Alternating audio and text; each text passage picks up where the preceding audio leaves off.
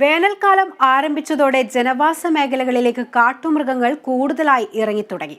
രാത്രികാലത്ത് പോലും വിനോദസഞ്ചാരികൾ എത്തുന്ന ഇടുക്കി ആനച്ചാൽ മേഖലയിലാണ് കാട്ടുപോത്തുകളുടെ സാന്നിധ്യം പ്രദേശവാസികളുടെ ശ്രദ്ധയിൽപ്പെട്ടിട്ടുള്ളത്.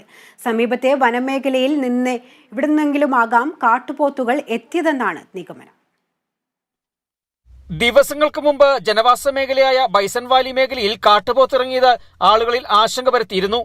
ഇതിന് പിന്നാലെയാണ് ഇപ്പോൾ ആനച്ചാൽ മേഖലയിലും ഭീതി പരത്തി കാട്ടുപോത്തുകൾ ജനവാസ മേഖലയിൽ ഇറങ്ങിയിട്ടുള്ളത്. ഞായറാഴ്ച പുലർച്ചെ 4:30 കാട്ടുപോത്തുകൾ ഇറങ്ങി സ്വൈര്യവിഹാരം നടത്തുന്ന CCTV ദൃശ്യങ്ങൾ പുറത്തുവന്നു. മീൻകെട്ട് പവർ ഹൌസ് ഭാഗത്താണ് ആദ്യം കാട്ടുപോത്തുകളെ കണ്ടത്. പിന്നീട് ചെകുത്താമുക്ക് വഴി ആനച്ചാലിലും ശംഖുവടി ഭാഗത്തും കാട്ടുപോത്തുകൾ എത്തിയതായി പറയപ്പെടുന്നു. വണ്ടർവാലി അമ്യൂസ്മെന്റ് പാർക്കിലെ CCTV ക്യാമറയിൽ പതിഞ്ഞ വീഡിയോയിൽ 2 കാട്ടുപോത്തുകളെ കാണാം.